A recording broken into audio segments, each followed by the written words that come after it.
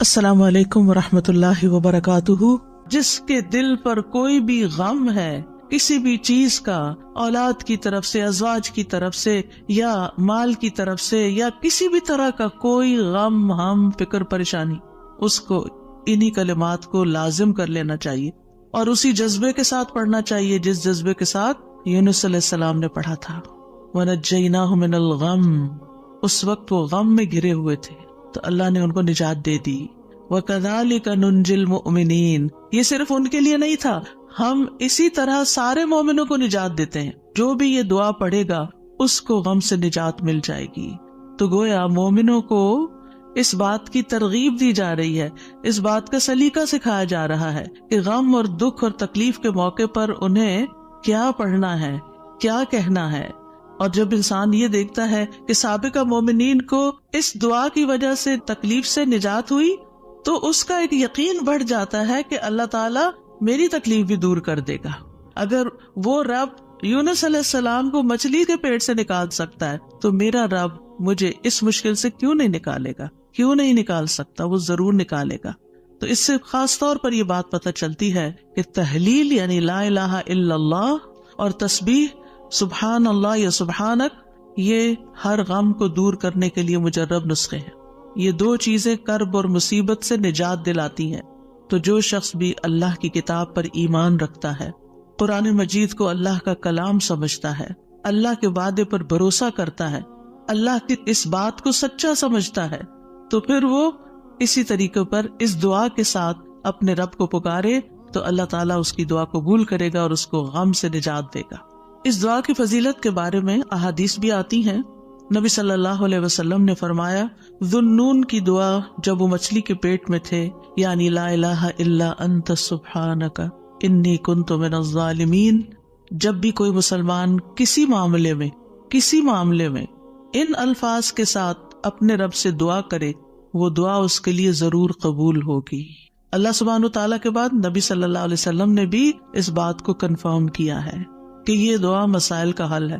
بہت لمبے چوڑے وظیفے پڑھنے کی بھی ضرورت نہیں، لیکن پڑھے تو کوالٹی کے ساتھ، درد کے ساتھ، تڑپ کے ساتھ، تکرار کے ساتھ، اصرار کے ساتھ، افتقار کے ساتھ، اپنی محتاجی ظاہر کرتے ہوئے، اپنی غلطی کا اعتراف کرتے ہوئے۔ اسی طرح سلسلہ صحیحہ کی حدیث ہے، رسول اللہ صلی اللہ علیہ وسلم نے فرمایا، کیا میں تمہیں ایسی چیز نہ بتا دوں کہ جب تم میں سے کسی آدمی کو رنج و الم اور دنیا کی آزمائشوں میں سے کوئی آزمائش آئے تو وہ اس دعا کو پڑھے تو اس کی تکلیف دور ہو جائے گی۔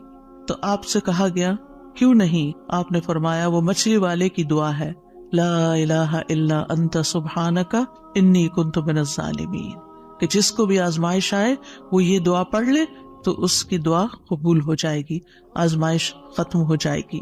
ایک روایت میں آتا ہے، سعد کہتے ہیں، ایک مرتبہ مسجد نبوی میں میرا گزر عثمان بن عفان رضی اللہ عنہ کے پاس سے ہوا۔ میں نے انہیں سلام کیا، انہوں نے نگاہیں بھر کے مجھے دیکھا لیکن جواب نہیں دیا۔ میں عمر بن خطاب رضی اللہ عنہ کے پاس آیا، ان سے 2 دفعہ سوال کیا کہ کیا اسلام میں کوئی نئی چیز پیدا ہو گئی ہے؟ انہوں نے کہا نہیں، کیوں، کیا ہوا؟ میں نے کہا میں ابھی مسجد میں عثمان رضی اللہ عنہ کے پاس سے گزرا تھا، میں نے انہیں سلام کیا، انہوں نے نگاہیں بھر کے مجھے دیکھا لیکن جواب نہیں دیا۔ عمر رضی اللہ عنہ نے پیغام بھیج کر حضرت عثمان کو بلا لیا اور فرمایا کہ اپنے بھائی کے سلام کا جواب دینے میں آپ کو کیا رکاوٹ پیش آئی، کس چیز نے آپ کو روکا؟ عثمان رضی اللہ عنہ نے کہا کہ میں نے تو ایسا نہیں کیا۔ سعد کہتے ہیں میں نے کہا بالکل ایسا ہی کیا ہے۔ کہتے ہیں حتیٰ کہ عثمان رضی اللہ عنہ نے قسم کھا لی تو میں نے بھی قسم کھا لی۔ پھر عثمان رضی اللہ عنہ کو کچھ یاد آ گیا تو انہوں نے کہا بلا واستغفر اللہ واتوب الیہ، ہاں ایسا ہوا ہے، میں اللہ سے معافی مانگتا اور توبہ کرتا ہوں۔ آپ ابھی میرے پاس سے گزرے تھے، دراصل میں اس وقت ایک بات سوچ رہا تھا جو میں نے رسول اللہ صلی اللہ علیہ وسلم سے سنی تھی، اور اللہ کی قسم جب بھی مجھے وہ بات یاد آ جاتی ہے میری آنکھیں پتھرا جاتی ہیں اور میرے دل پہ پردہ آ جاتا ہے، یعنی مجھے اپنی ہوش نہیں رہتی۔ کہتے ہیں سعد نے کہا میں آپ کو اس کے بارے میں بتاتا ہوں۔ رسول اللہ صلی اللہ علیہ وسلم نے ایک مرتبہ کسی گفتگو کی ابتدا میں ایک دعا کا ذکر کیا تھا۔ تھوڑی دیر کے بعد ایک دیہاتی آیا، اس نے آپ کو مشغول کر لیا، یہاں تک کہ جب رسول اللہ صلی اللہ علیہ وسلم کھڑے ہوئے تو میں بھی آپ کے پیچھے پیچھے چلا گیا۔ جب مجھے اندیشہ ہوا کہ جب تک میں آپ کے قریب پہنچوں گا آپ اپنے گھر پہنچ چکے ہوں گے تو میں نے اپنا پاؤں زمین پر مارا تو رسول اللہ صلی اللہ علیہ وسلم نے میری طرف توجہ کی. پوچھا یہ کون ہے؟ ابو اسحاق ہے. کہتے ہیں میں نے عرض کیا جی یا رسول اللہ صلی اللہ علیہ وسلم. آپ نے فرمایا کیا بات ہے؟ کہتے ہیں میں نے عرض کیا کہ آپ نے ہمارے سامنے ابتدا میں ایک دعا کا تذکرہ کیا تھا اور پھر ایک دیہاتی نے آپ کو مشغول کر لیا اور آپ نے وہ بتائی نہیں دعا.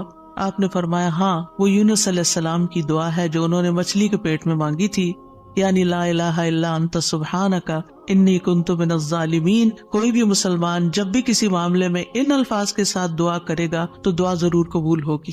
اب آپ دیکھیے کہ یہ صحابہ ہیں، یعنی کہنے کو تو یہ حدیث کا آخری حصہ میں سنا کے آگے چلتی، لیکن مجھے یہ بات اس لحاظ سے اچھی لگتی ہے کہ اس میں ہمارے سیکھنے کی کچھ اور باتیں بھی ہیں.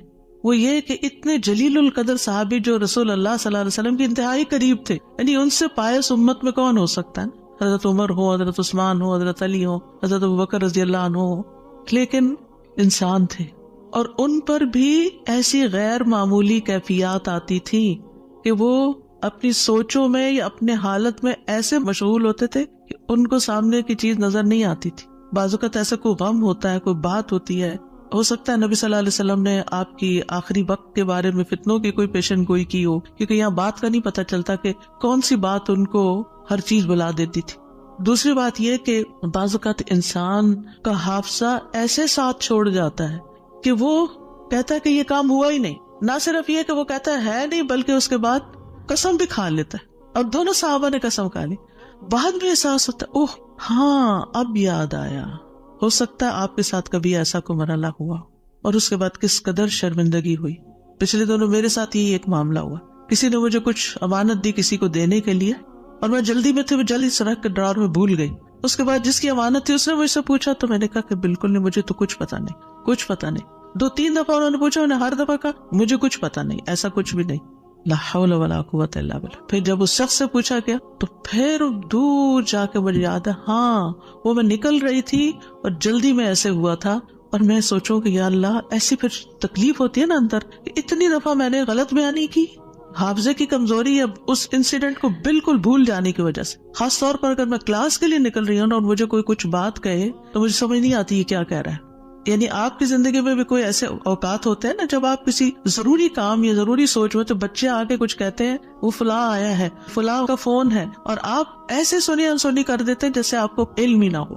ہم سب انسان ہیں، ہم کمزور ہیں، ہم سے ایسی غلطیاں ہوتی ہیں، ہمیں ایسی غلطیوں کا احساس ہوتے ہی معافی مانگ لینی چاہیے. اور یہ جو ہم استغفار کرتے تو وہ کہتے کون سا گناہ کیا، کوئی گناہ تو ہے نہیں، اس بات کا استغفار. بے شمار گناہ ہیں ہمارے اور ہم نے اپنا اعمال نامہ کوئی نہیں دیکھا اب تک کہ جس سے ہمیں یہ پتا چلے کہ وہ مٹ چکے ہیں کہ نہیں مٹ چکے، اور ہمیں اسٹل ابھی اور بھی معافی مانگنے کی ضرورت ہے. تو جب تک ہماری جان میں جان ہے ہم سے کچھ نہ کچھ غلطیاں، کمیاں، کوتاہیاں ہوتی رہیں گی، جانے انجانے. خلق الانسان ضعیفا، ہم کمزور پیدا کیے گئے، چاہے ہم نیکی کے، علم کے، اخلاق کے کسی بھی مرتبے پر ہوں، ہم کمزور ہیں، ہم میں کوئی بڑائی نہیں ہے اور ہم سب غلطیاں کرتے ہیں. تو ہونا کیا چاہیے؟ جو ہی یاد آئے غلطی تو غلطی کا اعتراف کر لینا چاہیے، معافی مانگ لینی چاہیے. بندوں سے بھی مانگ لینی چاہیے، اللہ سے بھی معافی مانگ لینی چاہیے، اور پھر اللہ تعالیٰ کی طرف رجوع کرنا چاہیے. اللہ سبحانہ تعالیٰ معاف کر دینے والا ہے اور وہی ایک اکیلا ہے جو مشکلات سے نکال سکتا ہے. یہ پکا یقین ہونا چاہیے، اور جتنا زیادہ یہ یقین ہوگا نا اتنا ہی زیادہ ہم اللہ کی طرف رجوع کریں گے، اتنا ہی زیادہ محبت کے ساتھ پھر اللہ ہی کو پکاریں گے کہ دروازہ یہی ہے جس کو کٹکھٹانا ہے، ہمیں ادھر سے ہی مسئلہ حل ہونا ہے اور کوئی رستہ نہیں ہے. جتنی توحید خالص ہوگی اتنی دعا مؤثر ہوگی. اور یہ دعا جو ہے اس کو دعا الکرب بھی کہا جاتا ہے، تکلیف دور کرنے والی دعا. ہمارے ہاں اس کو آیت کریمہ کہا جاتا ہے، ورنہ ہر آیت کریمہ ہے. کریمہ کا مطلب معزز، اور اس کی کوئی گنتی مقرر نہیں ہے، لیکن اگر آپ تکرار سے پڑھیں، 100 دفعہ پڑھ لیں، 20 دفعہ پڑھ لیں، 50 دفعہ پڑھ لیں، ضرور پڑھ لیں، وہ منع بھی نہیں ہے. لیکن ایک مخصوص تعداد میں پڑھنے سے ہی مشکل کا حل ہونا، یہ یقین رکھنا یہ غلط ہے، ایسا نہیں ہونا چاہیے. تو اس دعا میں پھر دہرا دیتی ہوں کیونکہ اصل سبق یہ ہے جو آپ کو سیکھنا ہے، اور دعا تو آپ کو سب کو آتی پہلے سے بھی پتا ہے، اور یہ حدیثیں بھی سنی ہوئی ہیں. جس چیز کو پلے باندھنا، جس چیز کو پکڑ کے رکھنا ہے وہ کیا چیز ہے کہ جس سے یہ دعا اتنی افیکٹو ہے. تو اس میں 4 چیزیں ہیں. ایک ہے توحید، دوسرے ہے اللہ کو ہر عیب اور نقص سے پاک قرار دینا. تیسرے اپنے عبودیت کا اقرار کہ میں بندہ ہوں، غلطیوں والا ہوں. اور چوتھے اپنی غلطی اور کوتاہی کو مان جانا، اپنی غلطی کا اعتراف کرنا. جس بندے کے اندر یہ 4 چیزیں ہوں گی، جس دعا میں یہ 4 چیزیں آ جائیں گی، انشاءاللہ وہاں مسائل حل ہو جائیں گے. اور پھر آپ دیکھیے کہ انسان کا نفس جو ہے نا، ایک دم ذرا سی بھی کوئی اس کو چیز ملے، کچھ حاصل ہو تو ایک سرکشی کا شکار ہو جاتا ہے، تکبر اور غرور میں آ جاتا ہے. تو اپنے آپ کو تکبر اور غرور سے نجات دینا ہے، کیونکہ کچھ لوگوں کا خیال ہوتا ہے کہ I am very important and I can do every thing, اور میں سب کچھ کر سکتا ہوں، اور سیلف ریلائنس ہوں، میں سیلف میڈ ہوں، اور پتہ نہیں کیا کیا اپنے بارے میں جھوٹی توقعات اور اپنے آپ کو بڑھا چڑھا کے پیش کرنا اور اپنے آپ کو بڑی چیز سمجھنا. یہ چیزیں اللہ تعالیٰ کو پسند نہیں. لیکن افسوس یہ کہ یہاں کے کلچر کی وجہ سے یہ چیزیں ہمارے بچوں کے اندر اتنی انسٹل ہو گئی ہیں کہ وہ ایک ایروگنس کے لیول تک بعض اوقات اخلاق پہنچ جاتا ہے، جو کہ انتہائی خطرناک ہے. تو بچوں کی تربیت میں یہ ایلیمنٹ یاد رکھیں کہ ان کو کانفیڈینس دیں کہ یو کین ڈو، آپ ٹرائی کرو، آپ کر سکتے ہو، اللہ نے آپ کو یہ اور یہ اور یہ دیا، نعمتوں کو یاد کرائیں، لیکن اس کی ایک لکیر کھینچے، اس سے آگے نہیں جائیں.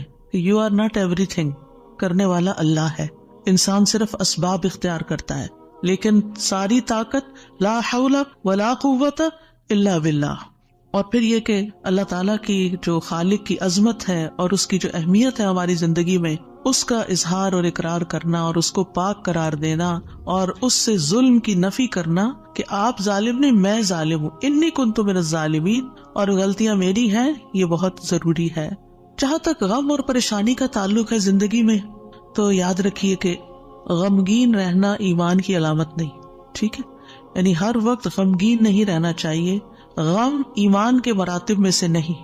ابن قیم رحمہ اللہ کہتے ہیں، جان لیں غم راستے کی رکاوٹوں میں سے ہے.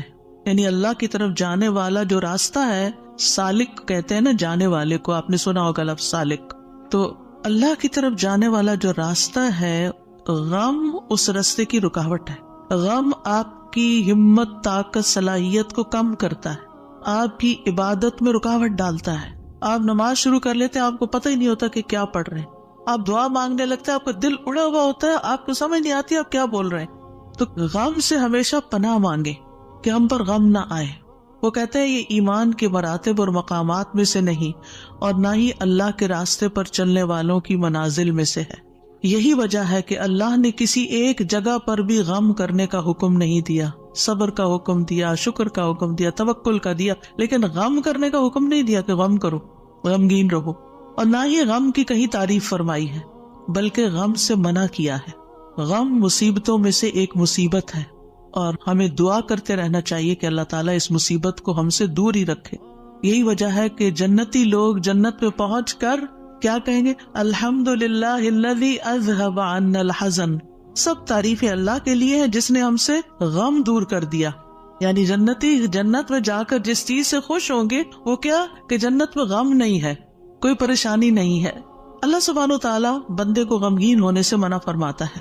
سورۃ آل عمران میں جنگ احد کے سلسلے میں اللہ تعالیٰ فرماتے ہیں اذ تسعدون ولا تلوون علی احد والرسول يدعوكم في اخراكم فاصابكم غما بغم لكي لا تحزنوا على ما فاتكم ولا ما اصابكم واللہ خبیر بما تعملون. اور وہ وقت یاد کرو جب جنگ احد میں تم بھاگے چلے جا رہے تھے اور کسی کی طرف مڑ کر بھی نہ دیکھتے تھے، حالانکہ اللہ کا رسول تمہیں پیچھے سے بلا رہا تھا. پھر اللہ نے تمہیں رنج پر رنج دیے تاکہ تم ایسی بات پر غم نہ کرو جو تمہارے ہاتھ سے نکل جائے، اور نہ ایسی مصیبت پر غم کرو جو تم پہ نازل ہو. اور جو کام بھی تم کرتے ہو اللہ ان سے خوب واقف ہے.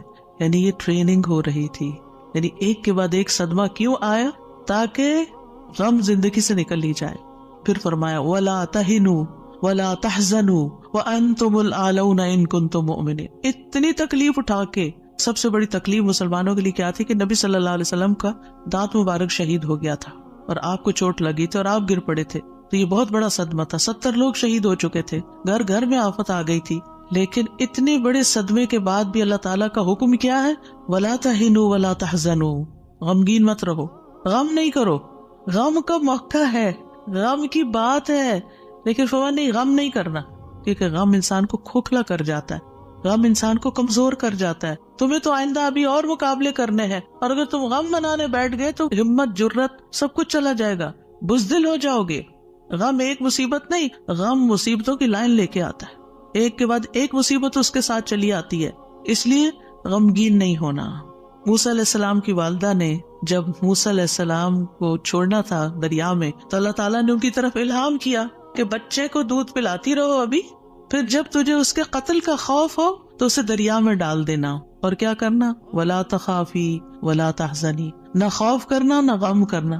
اللہ اکبر. کوئی بھی ماں جس کا بچہ چھوٹا ہو وہ تو کسی دوسرے کے ہاتھ میں بھی بچے کو دیتے ہوئے خوف اور غم کا شکار ہوتی ہے.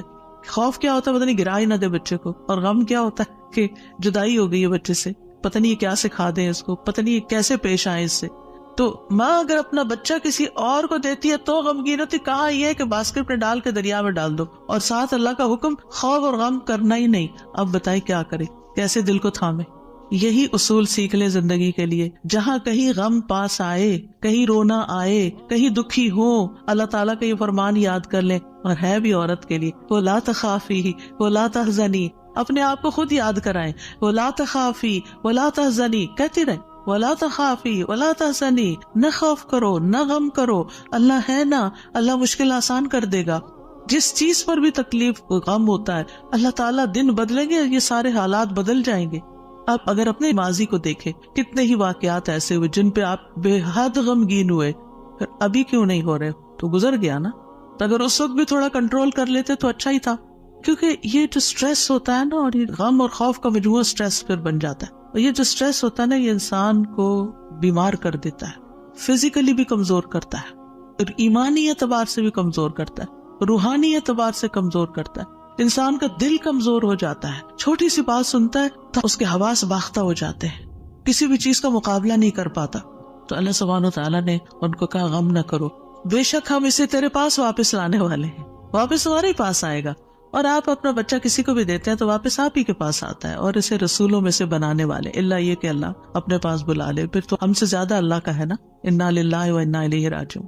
نبی صلی اللہ علیہ وسلم نے غار ثور میں کیا کیا تھا؟ اذ ہما فی الغار اذ یقول لصاحبہ لا تحزن، غم نہیں کرنا، ان اللہ معنا. یعنی کس طرح بے یار و مددگار انسان ایک ایسی جگہ پر ہو جہاں ساری قوم دشمن بنی ہوئی ہو اور پھر بھی غم نہ کرے، سارے ساتھ چھوڑ دے، الٹا مخالفت کرے، جان کے دشمن بن، پھر بھی غم نہیں کرو، غم نہیں کرو. اور حضرت ابوبکر تو نبی صلی اللہ علیہ وسلم کے لیے غمگین ہو رہے تھے نا. ابن قیم کہتے ہیں 4 چیزیں جسم کو برباد کر دیتی ہیں: پریشانی، غم، بھوک اور بیداری. پریشانی اور غم پختہ عزم کو کمزور کر دیتے ہیں اور دل میں کمزوری پیدا کر دیتے ہیں، اور بندے اور اس کے کاموں میں محنت کرنے کے درمیان رکاوٹ بن جاتے ہیں جو کام اس کے لیے مفید ہوتے ہیں. یعنی آپ پروڈکٹیو نہیں رہتے، اور یہ سفر کا راستہ کاٹ دیتے ہیں. یعنی جو اللہ کی طرف جانے کا راستہ ہوتا ہے نا، اسے کاٹ دیتے ہیں اور اس کو پسپائی کی طرف الٹا کر دیتے ہیں، یا رکاوٹ بن کر اس کو سفر سے روک دیتے ہیں. یعنی وہ اللہ کی طرف جانا ہی بند کر دیتا ہے. یعنی ایک شخص اچھا بھلا کچھ سیکھ رہا ہوتا ہے، کلاسز جوائن کی بھی ہوتی ہے، کوئی کام کر رہا ہوتا ہے، یا کسی بات سے غمگین ہو جاتا ہے، جانا ہی چھوڑ دیتا. بھی کیوں نہیں آ رہے؟ بس ڈپریشن کا شکار ہے، کہیں جانے کو دل نہیں کرتا. آپ اچھا بھلا ایک کام کر رہے تھے، آپ بیکار ہو کے بیٹھ گئے، کیا یہ نقصان نہیں ہے؟ اور اس غم کی حالت میں انسان کی عقل ایسے ماری جاتی کہ اس کو اپنا نقصان بھی نہیں سمجھ آتا کہ میں اپنا ہی نقصان کر رہا ہوں، اپنے آپ کو کھا رہا ہوں. غم کیا ہے؟ خود کو کھانا. تو خود کو کھانے سے تو مسئلہ حل نہیں ہوگا، مسئلہ تو جہاں ہے وہی ہے، وہ تو اللہ نے دور کرنا ہے. اس سارے کیفیت کو، اس احساس کو، اس شدت کو دعاؤں میں لگا دیں، دعاؤں میں کنورٹ کر دیں. امام ابن قیم کہتے ہیں یا اس کے علم سے رکاوٹ بن جاتے، علم کے لیے رکاوٹ بن جاتا ہے غم. تو یہ چیزیں سفر پر جانے والے کی پشت پہ بہت بھاری بوجھ ہیں. پریشانی، غم، بھوک اور بیداری. یعنی جو صحیح نیند نہیں لیتا رات کی، جو صحیح فوڈ نہیں لیتا، یعنی اپنی ضرورت کی غذا نہیں لیتا، اور جو غم اور پریشانی کا شکار رہتا ہے، وہ شخص کسی کام کا نہیں رہتا، بیکار، نکما. اور آپ دیکھیں جب انسان بیکار ہوتا ہے نا، جو کوئی کام کا نہیں ہوتا، کسی کی خدمت اور مدد میں نہیں ہوتا، وہ تنہا ہو جاتا ہے، اس کی کوئی قدر و قیمت نہیں رہتی، کوئی اس کو لک فارورڈ نہیں کرتا، کوئی اس سے محبت نہیں کرتا. بیکار انسان اپنی قدر گنوا دیتا ہے. وہ کہتے ہیں پنجابی کا محاورہ ہے، چم نہیں کم پیارا. چم کا مطلب ہوتا ہے چمڑا، اسکن. یعنی اگر آپ کی اسکن بڑی گلو کر رہی ہے تو وہ کسی کو اچھی نہیں لگے گی، آپ جتنا چاہیں میک اپ لگا کے خوبصورت بن کے آ جائیں، لیکن اگر آپ کام کے بندے ہیں نا، کسی کے آپ کام کرتے ہیں، آپ پروڈکٹیو ہیں، آپ کسی کے مددگار ہیں، تو ہر کوئی آپ سے پیار کرے گا. یہ ایک اصول، ایک فطرت کی بات ہے. چاہے اپنے بچے ہی کیوں نہ ہو، اگر وہ بیکار رہنے کے عادی ہو گئے ہیں تو آپ دن رات ان پہ غصہ کرتے ہیں کہ تم سست ہو، تم بیکار ہو، تم کسی کام کے نہیں ہو. اور اس کو بیکار کس چیز نے کیا؟ فکر، پریشانی، غم، دکھ، تکلیف، ان چیزوں نے. تو ان کا علاج کرنا ہوگا. ابراہیم بن ادہم کہتے ہیں غم دو طرح کے ہوتے ہیں، ایک غم تمہارے حق میں ہے اور ایک غم تمہارے خلاف ہے. پس وہ غم جو تمہارے حق میں ہے وہ آخرت کے بارے میں غم کرنا ہے. سارے غموں کو ایک میں ڈھال لے، اور وہ ہے آخرت کا غم کہ وہاں میرا کیا ہوگا، کیا میں جنت میں جا سکوں گی یا نہیں.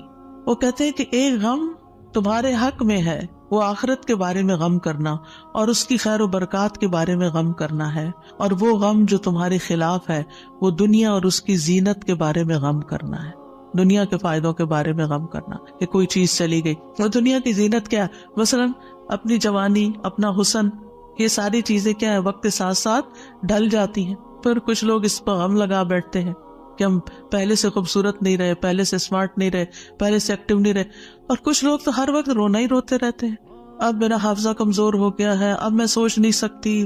ایک خاتون کو میں جانتی ہوں پچھلے 20 سال سے یہی بات ہر وقت کرتی ہے جب ملتی ہے.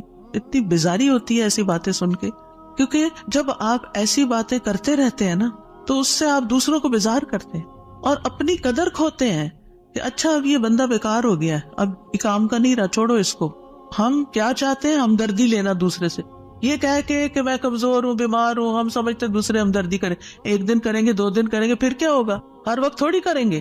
ہر وقت ہائے ہائے کرتے رہنے سے آپ دوسروں کو بیزار کرتے ہیں. المؤمن القوی خیر واحب الی اللہ من المؤمن الضعیف. قوی مومن، طاقتور مومن بہتر ہے، اچھا ہے، خیر ہے، اور اللہ کو زیادہ پیارا ہے کمزور مومن سے. اب آپ اللہ کے پیارے بننا چاہتے ہیں یا نہیں؟ بننا چاہتے ہیں تو بہادر ہو جائیں، ہوشیار ہو جائیں، غموں کا رونا اتار پھینکیں. پھر آپ دیکھیے ابن قیم کہتے ہیں جب انسان صبح کرے اور شام کرے اور اس کی صرف ایک ہی فکر ہو اور وہ ہے اللہ سبحانہ وتعالیٰ کے ساتھ رابطہ جوڑنا، تو ایسے انسان کی تمام ضرورتوں کو اللہ اپنے ذمے لے لیتا ہے. ساری ضرورتیں، یعنی آپ اللہ تعالیٰ کے ساتھ کنیکٹ رہیں اور لوگوں کو بھی اللہ سے کنیکٹ کریں. آپ کے کام اللہ کے ذمہ، اور اللہ تعالیٰ اس سے ہر پریشان کرنے والے کام کا ضامن ہو جاتا ہے. سبحان اللہ، کتنی بڑی بات ہے.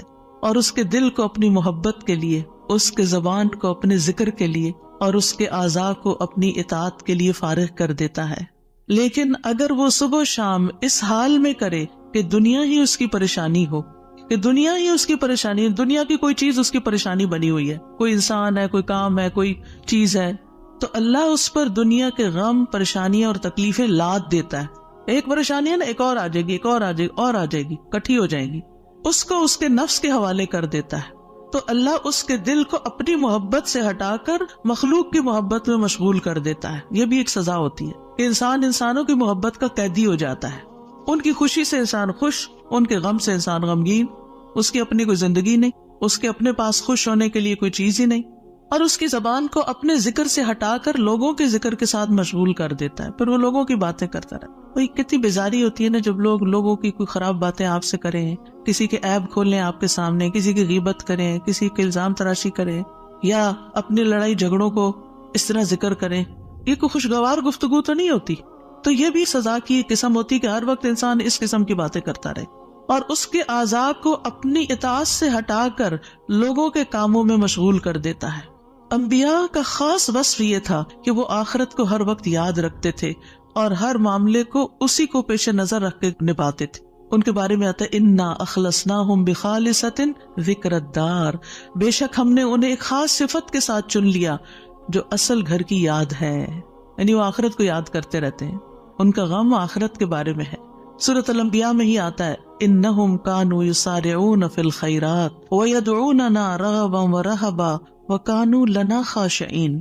یقیناً وہ نیکیوں میں جلدی کرتے تھے اور ہمیں رغبت اور خوف سے پکارتے تھے اور ہمارے لیے عاجزی کرتے تھے. سفیان ثوری کہتے ہیں وکانوا لنا خاشعین کے بارے میں کہ غم ان کے دلوں میں پھیل کر ان کو پگھلانے والا ہوتا ہے، یعنی اللہ کے حضور جھکانے کے لیے. آخرت کا غم انہیں اللہ کی طرف مائل کرتا ہے، کیونکہ مالک یوم الدین بھی تو وہی ہے نا، فیصلہ بھی قیامت کے دن اسی کے ہاتھ میں ہے. لہٰذا فکر اس بات کی ہونی چاہیے کہ وہ ہمارے حق میں کیسے فیصلہ کرے گا. اللہ کرے کہ رحمت والا معاملہ فرمائے۔ صحابہ بھی آخرت کا غم ہی لگائے رکھتے تھے۔ عبد الرحمن بن عوف کے پاس کھانا لایا گیا، وہ روزے سے تھے۔ انہوں نے کہا مصعب بن عمیر شہید کیے گئے، وہ مجھ سے بہتر تھے، انہیں جس چادر کا کفن دیا گیا اس سے ان کا سر چھپاتے تو پاؤں نکل آتے، پاؤں چھپاتے تو سر کھل جاتا۔ پھر ہمارے لیے دنیا کشادہ کر دی گئی، ہمیں تو یہ ڈر ہے کہ کہیں ہماری نیکیوں کا بدلہ ہمیں اس دنیا میں ہی نہ مل جائے۔ اور پھر آپ رو پڑے، کھانا بھی چھوڑ دیا۔ حسن بصری کا حال یہ تھا کہ جب بھی ان سے ملاقات ہوتی ایسا لگتا کہ ابھی کوئی مصیبت آئی، یعنی آخرت کی فکر اتنی کرتے تھے۔ نظر کہتے ہیں میں عمر بن عبدالعزیز کے پاس گیا تو وہ رونے کے قریب تھے، ہمیشہ آہیں بھرتے رہتے تھے، گویا ساری مخلوق کا غم انہی کو ہے، حالانکہ ان کو آخرت کی فکر ہوتی تھی۔ سفیان ثوری کہتے ہیں لوگوں کا غم ختم ہو چکا ہے، آپ نمازیوں میں ایک شخص کو دیکھیں گے اس پر کوئی نہ غم ہے نہ خوف ہے۔ وہ کہتے ہیں پہلے ایک آدمی نماز پڑھتا تھا، پھر آپ اس کو دیکھتے کہ بیٹھا ہوا اور اس کی نماز اس کو غم میں بھڑکا دیتی، یعنی اس کو رونا آتا نماز میں آخرت کی یاد کی وجہ سے۔ آج اگر ہمیں نماز میں رونا آتا بھی ہے تو کس وجہ سے آتا ہے؟ ہم سب اپنا جائزہ لیں، ہر کوئی اپنا اپنا۔ پچھلے ایک مہینے کے اندر سوچئے میں کتنی بار روئی ہوں اور کیوں روئی ہوں، دنیا کے غم میں روئی ہوں یا آخرت کے غم میں روئی ہوں۔ ہم کیوں روتے ہیں؟ اس نے مجھے ہرٹ کر دیا، یہ مسئلہ آ گیا، فلاں آ گیا۔ یہ چھوٹے مسئلے ہیں، یہ وقت کے ساتھ ختم ہو جائیں گے، جو آگے آپ بڑھیں گے یہ مسئلے پیچھے رہتے جائیں گے۔ لیکن آگے جو آ رہا ہے نا، کل جس کو دیکھنا ہے وہ ہے مشکل وقت، اس کا غم لگا لیں، پیچھے نہ دیکھیں آگے دیکھیں۔ صحابہ نماز ضائع ہونے پہ غم زدہ ہوتے تھے، عبادت نہ کر سکنے پر غمگین ہوتے تھے، فتنوں میں پڑنے پہ غمگین ہوتے تھے، ہر دن زندگی کو کم کر رہا ہے اس بات میں غمگین ہوتے تھے، اس بات میں نہیں کہ دنیا چھوڑ جائیں گے تو کیا بنے گا، یہ سارے ہمارے مال اسباب اور جو ہم نے اتنی محنت سے کمائے ہیں اس کا کیا ہوگا۔ اس بات کا غم کہ حساب کا وقت قریب آ رہا ہے، ہر دن موت سے قریب کر رہا ہے، ہر دن قبر سے قریب کر رہا ہے، آگے میرا حساب ہونا ہے، میں کیا اس کے لیے تیار ہوں؟ کیا میں نے اپنے سارے کام نپٹا لیے؟ تو بات یہ ہے کہ رنج و غم زندگی کا حصہ ہے، لیکن دنیا کا غم نیچے آ جانا چاہیے اور آخرت کا غم اوپر آ جانا چاہیے، یہ ہم نے کرنا ہے۔ اور دنیا کے غموں سے بچنے کے لیے سب سے پہلے توحید کا یقین، اللہ کی طرف رغبت، تقدیر پر یقین کہ جو تکلیفیں آ رہی ہیں نا یہ تقدیر کا حصہ ہیں، ان کو ایکسپٹ کر لیا جائے۔ اب ایسا ہونا تو ہو گیا نا، اب جو نئی زندگی اس میں ایڈجسٹ کیا جائے، اللہ سے اچھا گمان رکھا جائے، پھر ہم و غم ملنے پر اجر پر نظر رکھی جائے۔ جب کوئی تکلیف پیش آئے کسی بھی قسم کی، کوئی رکاوٹ، تکلیف، دکھ، پریشانی، تو اس پر جو اجر ملتا ہے انسان کو اس کو اپنے سامنے رکھے انسان۔ حدیث میں آتا ہے رسول اللہ صلی اللہ علیہ وسلم نے فرمایا کسی مومن آدمی کو جب بھی کوئی تکلیف یا کوئی بیماری یا رنج، یہاں تک کہ اگر اسے کوئی فکر ہو تو اس کے گناہوں کا کفارہ ہو جاتا ہے۔ ایک اور روایت میں آتا ہے یہاں تک کہ جو چوٹ اسے لگتی ہے یا کوئی کانٹا چبھتا ہے وہ بھی اس کے گناہوں کا کفارہ ہوتا ہے۔ اور ویسے بھی وہ حدیث تو بارہا آپ نے سنی کہ انسان کا درجہ اللہ کے ہاں بلند لکھا ہوتا ہے اس کی قسمت میں، لیکن اس کے عمل تھوڑے ہوتے ہیں، تو اللہ تعالیٰ اس کو کسی مشکل میں ڈالتا ہے تاکہ صبر کر کے بلند درجے تک پہنچ جائے۔ پھر انسان دنیا کے معاملے میں اگر غم ہے تو اپنے سے زیادہ غم والوں کو دیکھ لے، ان کی پریشانیوں کو دیکھے، انبیاء کی آزمائشوں اور تکلیفوں کے بارے میں پڑھے، جانے کہ ان پہ کیسے کیسے غم آئے، پھر اپنے آپ کو اللہ کے سپرد کرے، اپنا معاملہ اللہ کے حوالے کرے، اور جو کام اللہ نے کرنے کو دیے نا ان کی پلاننگ کرے اور وہ کرے، اپنے دل کا حال اللہ کے سامنے رکھے۔ انما اشکو بثی وحزنی الی اللہ، کثرت سے اللہ کا ذکر کرے کیونکہ اللہ کے ذکر میں دلوں کو اطمینان ہوتا ہے۔ الا بذکر اللہ تطمئن القلوب، تسبیحات کی کثرت کر دے۔ نبی صلی اللہ علیہ وسلم نے فرمایا جو اپنے مال کو خرچ کرنے سے بچائے، دشمن سے مقابلہ کرنے سے ڈرے، رات سے خوف کھائے کہ وہ اس کو پریشان کرتی ہے، تو وہ اس قول کی کثرت کر دے سبحان اللہ والحمد للہ ولا الہ الا اللہ واللہ اکبر، اور اگر ولا حول ولا قوت الا باللہ بھی پڑھ لے تو اس کا اپنا فائدہ ہے الگ سے۔ پھر یہ کہ اپنے فرائض اور اپنی ذمہ داریوں کو پورا کرے انسان۔ بہت دفعہ انسان کی بیکاری اس کو غمگین کرتی ہے، کرنے کا کوئی کام نہیں ہے، فارغ ہے، کوئی مقصد نہیں زندگی میں، کوئی منزل نہیں، کچھ اچیو کرنے کو نہیں، دن آتا ہے چلا جاتا ہے، تو یہ چیزیں بھی انسان کو پریشان رکھتی ہیں۔ جب آپ کی گول سیٹنگ ہوگی ہر روز کی، صبح سویرے اٹھتے ہی اور ارلی مارننگ کام شروع کر دیں گے تو پریشانیاں بھاگ جائیں گی، ان کو آپ کے پاس آنے کا وقت نہیں ملے گا کیونکہ آپ مصروف ہیں، آپ ان کو ٹائم نہیں دیں گے کیونکہ آپ کے پاس اور کام ہے۔ لیکن جب آپ فارغ ہوتے ہیں تو وہ آ جاتی ہیں آپ کا دل اڑانے۔ پھر نماز سے مدد حاصل کرنا، وَاسْتَعِینُوا بِالصَّبْرِ وَالصَّلَاةِ، انبیاء گھبراہٹ میں نماز کی طرف لپکتے تھے، اور جو نماز چھوڑ دیتا ہے اللہ کی مدد اس سے چھٹ جاتی. تو نماز کی پابندی، صدقہ کرنا، صدقات انسان کے غموں کو دور کرنے کا باعث ہے.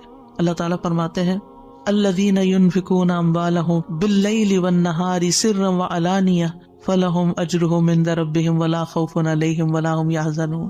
جو لوگ دن رات کھلے چھپے اپنا مال خرچ کرتے ہیں انہیں اپنے رب سے اس کا اجر ضرور مل جائے گا. ایسے لوگوں کو نہ کچھ خوف ہوگا نہ وہ غمگین ہوں گے. پھر اسی طرح دین پر استقامت غم اور خوف کو دور کرتی ہے. دین کے کاموں میں جمے رہیں. ان الذین قالوا ربنا اللہ ثم استقاموا فلا خوف علیہم ولا هم یحزنون. یقیناً وہ لوگ جنہوں نے کہا کہ اللہ ہمارا رب ہے پھر اس پر خوب قائم رہے، ان پر نہ کوئی خوف ہوگا نہ وہ غمگین ہوں گے. پھر حالات سے کمپرومائز کرنا، حالات سے راضی رہنا. جیسے ابراہیم علیہ السلام حضرت ہاجر کو جب چھوڑ گئے مکہ کی وادی میں تو وہ پریشان ہوئی کہ میں اکیلی، میرا بچہ اکیلا، ہم یہاں کیا کریں گے، نہ کھانا نہ پینا نہ کچھ. تو دوڑتی ہوئی حضرت ابراہیم کے پیچھے آئیں. جب وہ واپس جا رہے تھے تو ان سے پوچھا اللہ ہمارا کب یاد، اللہ نے آپ کو اس کا حکم دیا کہ ہمیں یہاں اکیلے چھوڑ دیں؟ تو ابراہیم علیہ السلام نے اس بات میں سر ہلایا، کہنے لگی پھر اللہ تعالیٰ ہمیں تنہا نہیں چھوڑے. اگر اللہ کا حکم ہے نا تو ٹیک کیئر کر لے گا. ایسے ہی بندہ مومن کہتا ہے اگر یہ اللہ کا فیصلہ ہے نا تو وہ میری ٹیک کیئر کر لے گا، مجھے فکر کرنے کی ضرورت نہیں ہے. زبان سے رب کی رضا کے کلمات ہمیشہ ادا کرے. کاش اور افسوس ہو گیا اس کے الفاظ نہیں استعمال کرے. یہ کہیں جو اللہ کی مرضی، جو تقدیر میں لکھا تھا وہ ہوا. اچھے کاموں میں مصروف ہوں، خدمت خلق میں مصروف ہوں. رسول اللہ صلی اللہ علیہ وسلم نے فرمایا وہ لوگ اللہ تعالیٰ کو زیادہ محبوب ہیں جو دوسروں کے لیے زیادہ فائدہ مند ہوں، اور اللہ عز و جل کے ہاں سب سے پسندیدہ اعمال یہ ہیں مسلمان کا اپنے بھائی کو خوش کر دینا. آپ خود غمگین بھی ہیں، دکھی بھی ہیں، دوسروں کو خوش کرنا شروع کر دیں، آپ بھی خوش ہو جائیں گے. کیونکہ خوشی کنٹیجیس ہوتی ہے، خوشی پھیلانے سے پھیلتی ہے. اس سے کوئی تکلیف دور کر دینا، یعنی اوروں کی تکلیف دور کرے، اللہ آپ کی دور کر دے گا. اس کا قرضہ چکانا، اسے کھانا کھلانا، اور مجھے کسی بھائی کی ضرورت پوری کرنے کے لیے اس کے ساتھ چلنا اس مسجد نبوی میں 1 مہینہ اعتکاف کرنے سے زیادہ محبوب ہے. اور جس نے اپنے غصے کو روک لیا اللہ اس کی خامیوں پر پردہ ڈال دے گا، اور جو اپنے غصے کو نافذ کرنے کی سخت کے باوجود پی گیا اللہ اس کے دل کو قیامت کے دن امیدوں سے بھر دے گا. اور جو اپنے بھائی کے ساتھ اس کی ضرورت پوری کرنے کے لیے چلا اللہ تعالیٰ اس کو اس دن ثابت قدم رکھے گا جس دن قدم ڈگمگا جائیں گے. اور بد اخلاقی اعمال کو یوں تباہ کرتی ہے جیسے سرکہ شہد میں بگاڑ پیدا کر دیتا ہے. یعنی شہد میں اگر سرکہ ڈال دے تو سرکے کا ٹیسٹ غالب آ جائے گا، شہد کا پیچھے چلا جائے گا. پھر اسی طرح اپنی فوڈ پر بھی نظر رکھیں. کھانا پینا بھی انسان کے اندر جو کیمیکل امبیلنسز ہوتے ہیں، ہارمونل چینجز اثر انداز ہوتا ہے. لہذا غم کے موقع پر تلبینہ کھلانا جو ہے غمگین شخص کو وہ فائدہ دیتا ہے. یہ حضرت عائشہ سے روایت ہے کہ جب کوئی ان کے رشتہ داروں میں سے فوت ہو جاتا تو عورتیں جمع ہو جاتی. جب وہ منتشر ہوتی صرف رشتہ دار اور خاص لوگ رہ جاتے تو حضرت عائشہ ان کو ہنڈیا میں تلبینہ پکانے کا حکم دیتی. تلبینہ پکایا جاتا، سرید بنایا جاتا، اس پہ تلبینہ ڈالا جاتا. پھر حضرت عائشہ فرماتی اسے کھاؤ کیونکہ میں نے رسول اللہ صلی اللہ علیہ وسلم سے سنا ہے، آپ فرماتے تھے تلبینہ مریض کے دل کو تسکین دیتا ہے اور غم بھی کچھ دور کر دیتا ہے. تو رائٹ فوڈ جو ہے وہ آپ کے اندر ایک طاقت لاتی ہے. لیکن عموماً کیا ہوتا ہے جب کوئی غمگین ہوتا ہے کھانا بھی نہیں چھوڑ دیتا. تو اس میں صحیح خوراک کسی کو دینا. اور آپ دیکھیں کہ سرید جو ہے وہ یعنی گوشت کے شوربے میں روٹی توڑ کے ڈالنا اور پھر اس کے اوپر تلبینہ، اتنی زبردست ڈش بنا کے کھانا اور کھلانا جو ہے یہ غموں اور دکھوں تکلیفوں کو، اس سے یہ پتہ چلتا ہے اگر کوئی اداس ہے پریشان ہے تو اس سے اچھا جو تمہیں اچھا سا کھانا کھلاتے ہیں. تو یہ بھی ایک ریمیڈی ہے. اس کا ماحول چینج کرے، اس کو کہیں لے جائیں. لیکن یہ کبھی کبھی تو ہو سکتا ہے اور کسی وجہ سے ہو سکتا ہے. حضرت عائشہ تو جب کسی کا کوئی فوت ہو جاتا تھا اس کا نسخہ بتا رہی ہیں. لیکن اگر کسی نے روز کی عادت ہی بنا لی ہو، صبح سویرے اٹھے موڈ آف کر لیا، تو اب یہ تو نہیں ہو سکتا نا کہ ہر روز کوئی آپ کو تلبینہ پکا کے کھلائے. اور پھر آخری بات یہ کہ دعاؤں کی کثرت. آیت کریمہ سے علاوہ اللہ اللہ ربی لا اشرک بہ شیئا، نبی صلی اللہ علیہ وسلم اپنے گھر والوں کو جمع کر کے یہ دعا سکھاتے تھے اور فرماتے کہ جب تم میں سے کسی کو کوئی غم یا پریشانی پہنچے تو اسے چاہیے کہ وہ اللہ اللہ ربی لا اشرک بہ شیئا کہے. اللہ اللہ لفظ کی تکرار ہے. 2 دفعہ جب آپ اللہ اللہ کہتے ہیں آپ کا دل ہلکا ہوتا ہے. پھر رب کی صفت کا ذکر ہے، اس میں توحید کا اقرار ہے، اور خالص نیت سے یہ پڑھے تو غم اور تنگی دور ہوگی انشاءاللہ. پھر یا حی یا قیوم برحمتک استغیث، یہ پریشان کن معاملات میں مانگی جانے والی دعا ہے. اس میں اللہ تعالیٰ کا اسم اعظم ہے. اس میں اللہ تعالیٰ کی دو صفات کے ساتھ، دو ناموں کے ساتھ وسیلہ پکڑا گیا ہے، الحی القیوم.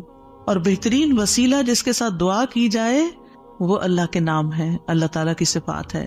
پھر ایک اور دعا ہے، اللہم رحمتک ارجو فلا تکلنی الی نفسی طرفۃ عین واصلح لی شأنی کلہ لا الہ الا انت. اے اللہ میں تیری رحمت کا امیدوار ہوں، تو مجھے آنکھ جھپکنے تک کے لیے میرے نفس کے حوالے نہ کرنا اور میرے سارے معاملات درست فرما دے، تیرے سوا کوئی معبود نہیں. یہ مصیبت زدہ کی دعا ہے. رسول اللہ صلی اللہ علیہ وسلم نے فرمایا دعوات المکروبی، پریشان حال کی دعا. اور اس میں خاص طور پر اللہ کی رحمت کا ذکر ہے کہ اللہ میں تیری رحمت کی امید کرتی ہوں اور میرا نفس تو بڑا کمزور ہے، مجھے اس کے حوالے نہ کرنا ورنہ میں تو پڑ جاؤں گی. اور ایک لمحے کے لیے بھی نہیں. اب دیکھیے بعض اوقات آپ نے ایکسپیرینس کیا ہوگا، یہ میں اپنے پرسنل ایکسپیرینس سے بات کری ہوں، ایک لمحے کے لیے کوئی خیال آ جاتا ہے کسی بھی چیز کا، کوئی ایسی پریشان کن چیز، آپ کا سارا جو سکون ہے وہ برباد ہو کے رہ جاتا ہے. تو میں سب سوچتی ہوں کہ یہ شیطان تھا جس نے وار کیا ہے تاکہ اس بندے کا جو اطمینان قلب اور سکون اور خشوع اور سب برباد ہو. یعنی وہ ایسے تیر چلاتا ہے جیسے. فوراً یہ دعا پڑھے. پھر نبی صلی اللہ علیہ وسلم تکلیف آنے پر یہ دعا پڑھتے، لا الہ الا اللہ العظیم الحلیم، لا الہ الا اللہ رب العرش العظیم، لا الہ الا اللہ رب السماوات ورب الارض ورب العرش الکریم. اس میں اللہ سبحانہ وتعالیٰ کے نام کے علاوہ العظیم اور الحلیم اور رب العرش العظیم اور رب العرش الکریم کی اور رب السماوات والارض کی بات کی گئی ہے. یعنی اللہ تعالیٰ کی صفات کو بیان کیا گیا ہے اور پھر توحید کا اقرار ہے. توحید کا اقرار غموں کو دور کرنے کا باعث ہے کہ میرے لیے اللہ کافی ہے، حسبی اللہ ونعم الوکیل، اللہ کافی ہے میرے لیے. پھر اللہم انی اعوذ بک من الہم والحزن والعجز والکسل والبخل والجبن وضلع الدین وغلبۃ الرجال. اے اللہ میں تیری پناہ میں آتا ہوں دکھ، غم، عاجزی، سستی، بخل، بزدلی، قرضداری کے بوجھ اور لوگوں کے اپنے اوپر غلبے سے. نبی صلی اللہ علیہ وسلم سفر میں کثرت سے یہ دعا پڑھتے کیونکہ سفر میں یہ ساری چیزیں آ جاتی ہیں نا اکٹھی ہو کے. اور پھر آپ دیکھیں کہ غم ماضی کا ہوتا ہے، فکر مستقبل کی ہوتی ہے، اور پھر بے بسی اور کمزوری اور کچھ کرنے کو دل نہ چاہنا اور کسی کی مدد نہ کرنا اور ہر چیز سے ڈرنا، بزدلی دکھانا اور لوگوں کا چڑھائی کر دینا آپ پر، یہ ساری چیزیں وبال ہیں. ان سے بچنے کے لیے دعا کرنی چاہیے. اور پھر اگر مستقل طور پر دل پریشان رہتا ہے تو اللہم انی عبدک وابن عبدک وابن امتک ناصیتی بیدک ماض فی حکمک عدل فی قضاؤک اسألک بکل اسم هو لک سمیت به نفسک او انزلته فی کتابک او علمته احدا من خلقک او استأثرت به فی علم الغیب عندک ان تجعل القرآن ربیع قلبی ونور بصری وجلاء حزنی وذہاب ہمی وغمی. اس کے لیے وعدہ ہے کہ جو یہ پڑھے گا اللہ سبحانہ وتعالیٰ اس کے غم کو خوشی میں بدل دے گا. دعائیں یاد نہیں رہتی تو دیکھ کے بھی پڑھ سکتے ہیں، اور اللہ سبحانہ وتعالیٰ ہم سب کے غم، دکھ، پریشانیوں کو دور فرمائے.